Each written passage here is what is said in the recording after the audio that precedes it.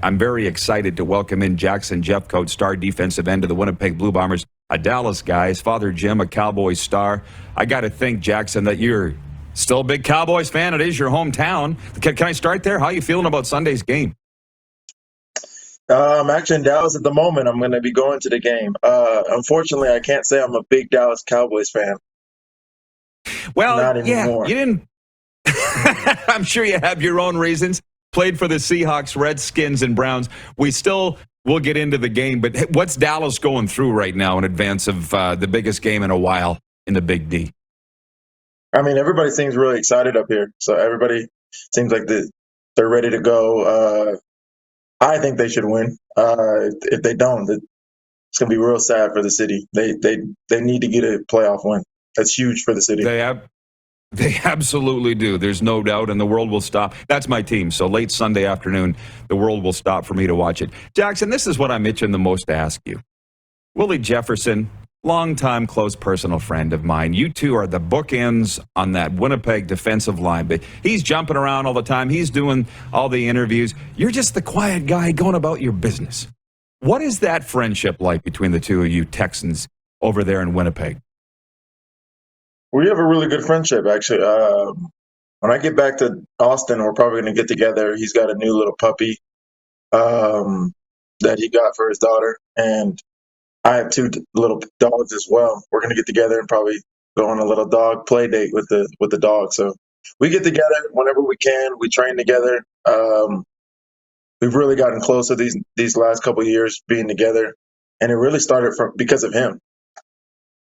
Oh, you got to tell me that. How? Because you've been there since 2017 in Winnipeg, right? You went to Winnipeg first. How did this start because of Willie? So Willie reached out to me when he was, I'm pretty sure he was going into free agency. And yeah, I think he had some serious talks with Winnipeg, and he was telling me that, hey, I'm going to be in Austin. My wife's from there. I'm going to come train with you and Jay Hills, which is this guy named Jeremy Hills that played at Texas with me. Willie and him are both Kappas. So he hit me up, and I was like, yeah, this dude is a good dude. And from then on, we trained together. We became friends, ended up coming to Winnipeg, and our friendship has grown even more since then. Well, he's such a good guy, and if you're friends with him, I can tell that you're a great guy too. But when I mentioned that you were with the Seahawks, Redskins, and Browns, you find your way to the CFL in 2017, and you just made a home there in Winnipeg, and now you got two splashy rings, Grey Cup championships. It just seems like home for you, or home away from home. What does Winnipeg and the Blue Bomber franchise mean to you?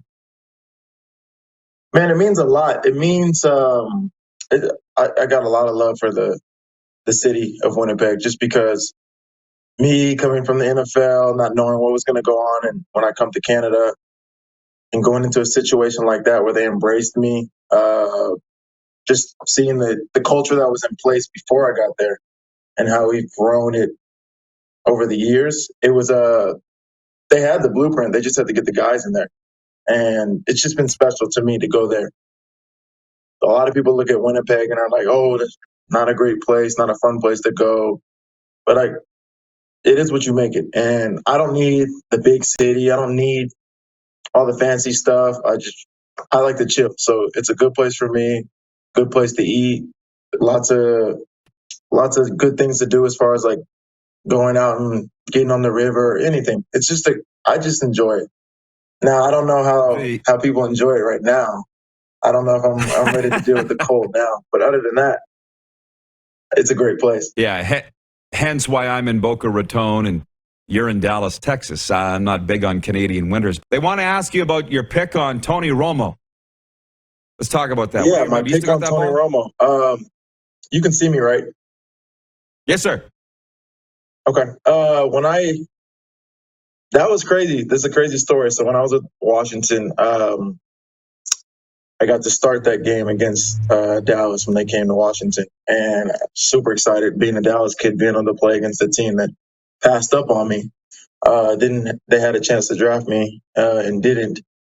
So added extra motivation. Well, we had a play called. They did a run fake, And so I had to be honest and play the run. I was playing outside linebacker, and they sent the running back out, Joseph Randall, who I know, Oklahoma State guy. They sent him out, and I saw him in the corner of my eye, and I saw Tony Romo backing up. So I spun around, ran to him because I was supposed to be in coverage. Tony Romo didn't see me, so he threw it out there, lobbed it out there. I just went out and got it. And I caught the ball, and I turned and I see the end zone, and I'm like, oh, man, all this green grass, I'm going to score.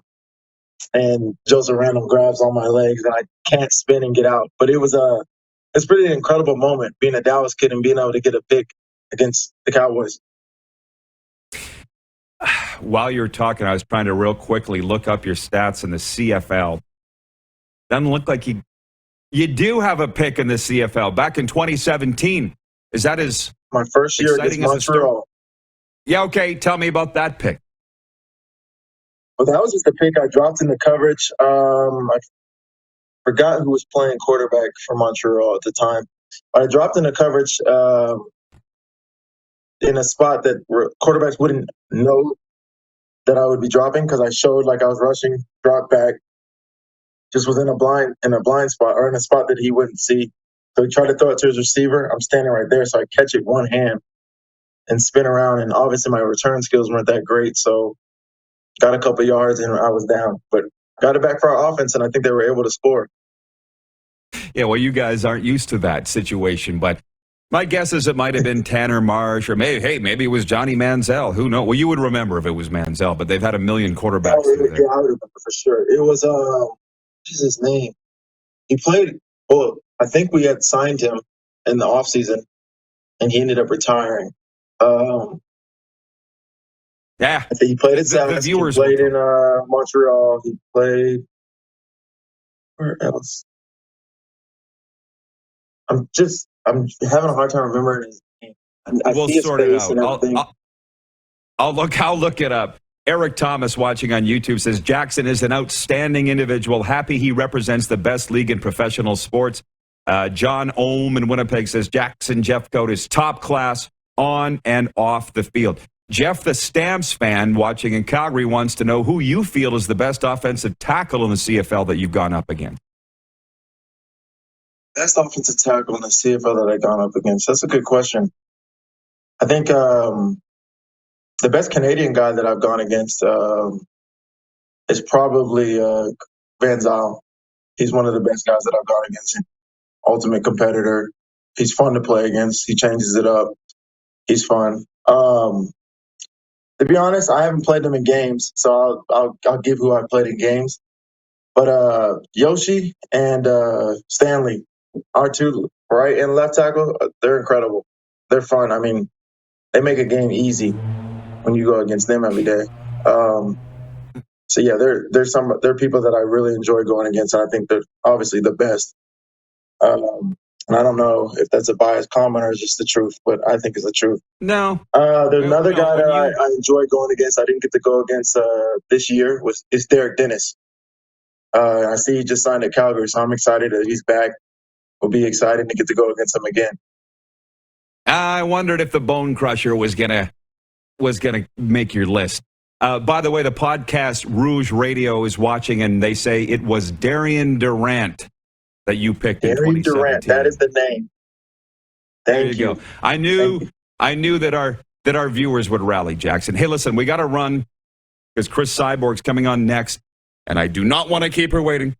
But just tell me, what are those meetings like with Willie, those D-line meetings in Winnipeg? Because, again, people see him jumping around all the time, but he's also all business a lot of the time, too. What's he like in those meetings? He's always locked in, always ready to go. Having Coach Pedersen and having me, Willie, Jake Thomas in that room, there's a lot of guys that know what they're talking about. We got a good veteran group, so we're able to help the young guys with a vet perspective and really help coach them up and get them right. And we also we feed off each other and get each other better. So we correct each other positively. If it's something that doesn't need to be said in front of the group, we say it to each other. We go one-on-one and talk about it. But it's fun. Willie always has some input for on game plan type stuff or just running games. And it's fun to have guys that have different views and we're able to bounce ideas off of each other. Well, it shows on the field. Jackson, big fan here. I appreciate the time. Good luck with the rest of the offseason. Good luck with the three-peat, more importantly. And have a great weekend. Thank you, Rod. Thanks for having me on. Jackson Jeffcoat of the Winnipeg Blue Bombers. Hey, everybody. Thanks for watching the RP Show on YouTube. And don't forget, we're live daily on YouTube from noon to 2 Eastern. If you like what you see, hit subscribe. And if you like the program, check around for other segments of the Rod Pedersen Show here on YouTube.